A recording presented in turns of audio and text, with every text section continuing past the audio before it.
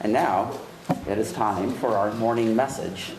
And so it is my distinct pleasure and my honor to welcome the master from Marin County, from Haight-Ashbury, from San Francisco.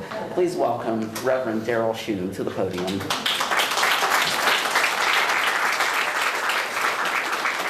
Thank you, Reverend Yazzie Contractor. A prophet has no honor in his own land. That's why I'm in Tucson, Arizona.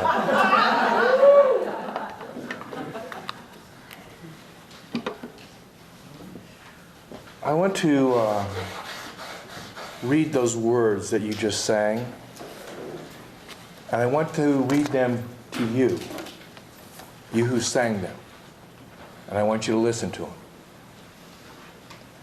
Some say love, it is a river that drowns the tender reed. Some say love, it is a razor that leaves the soul to bleed. Some say love, it is a hunger, an endless aching need. I say love, it is the flower, and you, its only seed. It's the heart afraid of breaking that never learns to dance. It's the dream afraid of waking that never takes a chance. It's the one who won't be taken, who cannot seem to give, and the soul afraid of dying that never learns to live. When the night has been too lonely and the road has been too long, and you think that love is only for the lucky and the strong, just remember, in the winter, far beneath the bitter snows, lies the seed that with the sun's love in the spring becomes the rose. Those are some of the deepest metaphysical truths I heard when I heard that song being sung. And in the 1990s, when I was living in San Francisco, I got a phone call from a friend of mine. He said his friends were managing Amanda McBroom. She was singing that night, and I'd like to go hear her. Amanda McBroom was the one who wrote the words to that song. And after her concert, we went up backstage and we're talking. And I told her, I said, you know, the songs that the rest of her concert were all the songs, the usual litany of heartbreak, the soul, the razor that leaves the soul to bleed, the night that's been too lonely and long.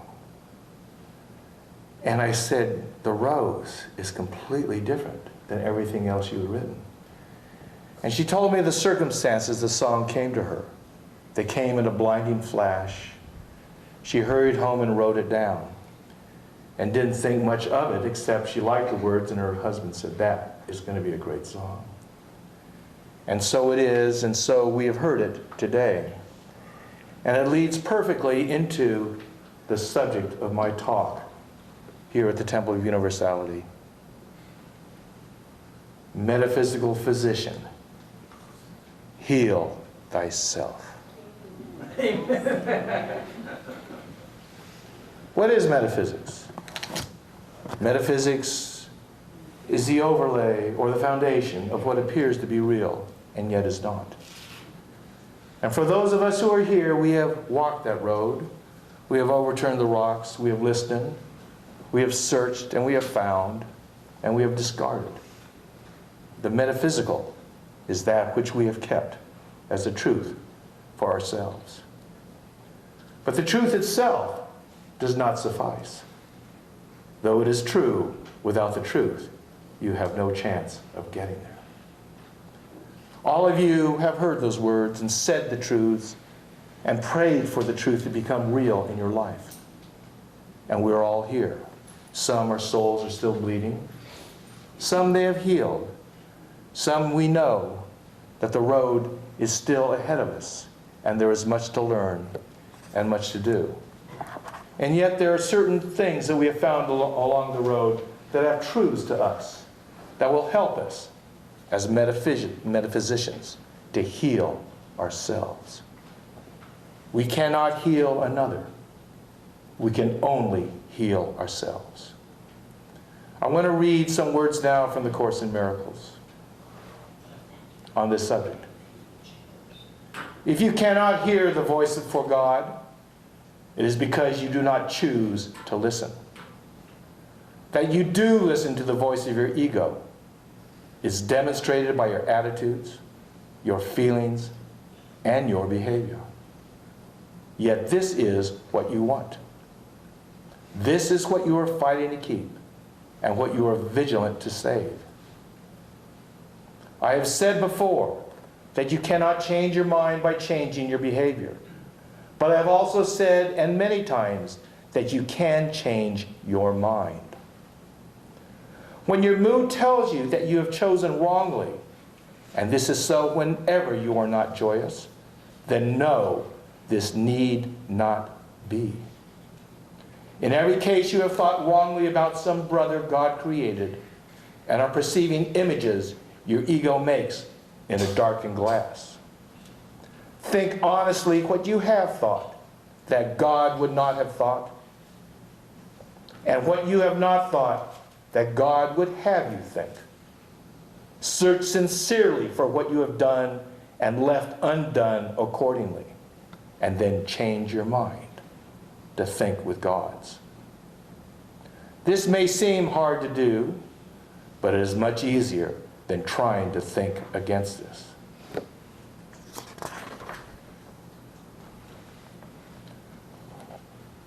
Judgment, like any other defense, can be used to attack or protect, to hurt or to heal. The ego should be brought to judgment and found wanting. You are a mirror of the truth, in which God himself shines in perfect light. To the ego's dark glass you need but say, I will not look there, because those images are not true. Then let the Holy One shine in you in peace, knowing that this and only this must be. The words, Metaphysician, heal thyself. To metaphysicians we know that there is only one healing, the healing in the mind, the healing of the illusion of separation. That is the only thing that needs to be healed. There's another passage I want to read from Christ Returns, channelings that Jesus gave starting in 2000 that are quite profound. Quite profound. This is what he says. Your personal consciousness is entirely responsible for whatever comes into your life and personal experience. It is your personal consciousness which brings you good or evil. In your subconscious, you bring through strongly imprinted but hidden recollections of past traumas, emotions of past lives, which can erupt and color your present consciousness. Your specific and impassioned prayer for alleviation of some kind may be answered, but it will avail you little in the long term. If your mind and heart continually operate in contravention of the universal laws of love, and you live in a mindset of constant criticism. Sometimes people make powerfully prayerful contact with the divine reality, behind and within all creation. It responds, and its activity is shortly revealed as necessary improvements within the personal and national life. And people may exclaim, this is a miracle. But in the long term, the state of the personal or national consciousness will again reassert itself in their experiences and reproduce the same negative effects in health or affairs as they did previously. You cannot effect permanent changes in your lives unless you change your consciousness permanently. Therefore, people must pray and strive at all times to achieve unconditional love. What people don't understand and the conscious mind, along with the ego, does not, is what is hidden in the subconscious, that erupts every once in a while to disturb your hard-fought gains of inner peace, joy, and love. You need remember that your mindset, including any religious ideas or beliefs, determines your world. Your human mindset determines your relationships, experiences, successes, failures, happiness, and misery. It is even responsible for your sickness, disease, and accidents. Nothing happens by chance. Now, they come to us from the outside, and we don't know because we've been disconnected from our subconscious patterns that we don't remember. We are not guilty.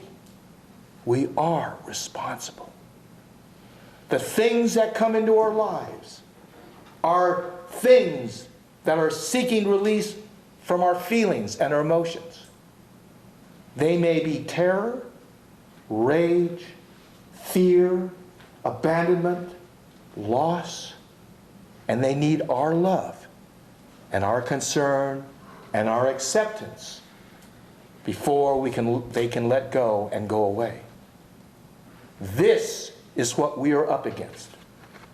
This is what we are doing and have to do on our return to heaven, which is why each one of us is here on this planet at this time. I wrote this book a few years ago, and it just came. This book and the book preceding it came in less than a week. The first book was called Is God Confused? And in it, I wrote about how the Jews said the promised land is their land. I wrote in it how the Muslims said God, Allah, is going to help them drive the Jews out of their land. And I wrote in it how President Bush said God told him to invade this place. And that led me to the title, Is God Confused? The second book is The Way to Heaven. And I want to read to you in the middle of it because it pertains to our subject today, Metaphysician, Heal Thyself. In the beginning, we made judgments because we did not understand. We made judgments because we were afraid.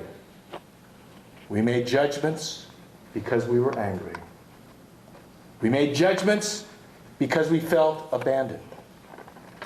We made judgments because we felt trapped. We made judgments about friends and foes, about strangers and family. We made judgments about ourselves and God. We made judgments, not knowing judgments would stop our worlds from evolving into God's plan for heaven on earth.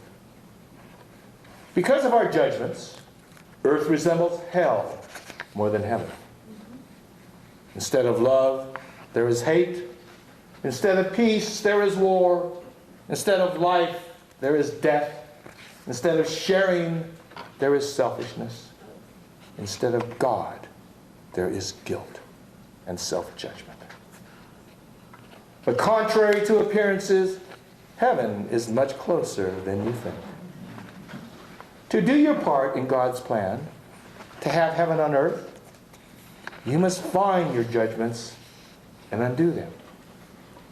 To find your judgments, whenever you are upset about life, about God, about yourself, about others, find the judgments you made and undo them by saying aloud, you no longer believe the judgments you made about life, about God, about yourself, about others. And each time you undo a judgment, you bring God's plan for heaven on earth closer for everyone. I used to believe that God's creation should be perfect. I used to believe that everyone should be perfect. But in God's creation, we learn by making choices, and we learn by making mistakes.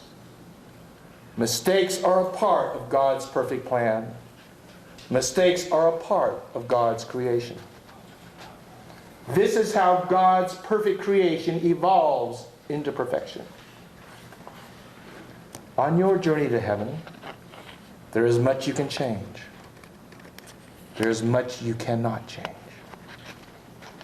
You can undo your judgments. You cannot undo the judgments of others. You can change your life.